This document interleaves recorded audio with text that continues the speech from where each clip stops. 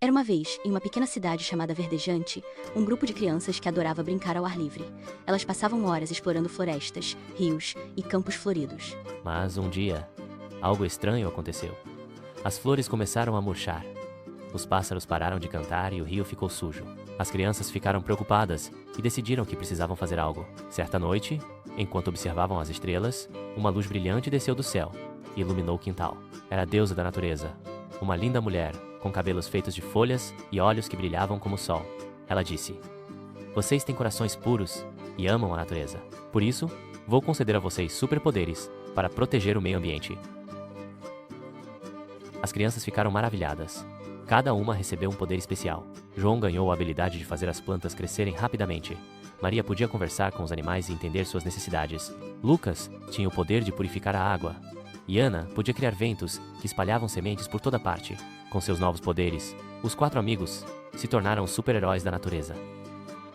Eles se uniram para limpar o rio, plantar árvores e ajudar os animais a encontrar abrigo. A cidade começou a florescer novamente, e as pessoas perceberam a importância de cuidar do meio ambiente.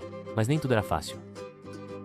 Um dia, um vilão chamado Poluição apareceu, trazendo fumaça e lixo para a cidade. Os super-heróis da natureza se reuniram e, juntos, usaram seus poderes para enfrentar a poluição.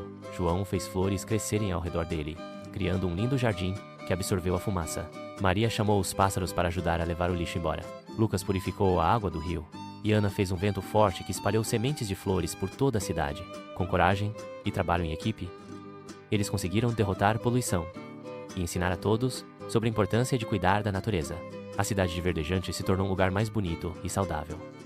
E as crianças aprenderam que, mesmo pequenas, podiam fazer uma grande diferença.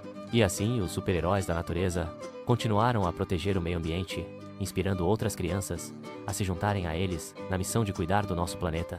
E sempre que alguém via uma flor brotando ou um pássaro cantando, sabia que os super-heróis da natureza estavam por perto, prontos para fazer do mundo um lugar melhor.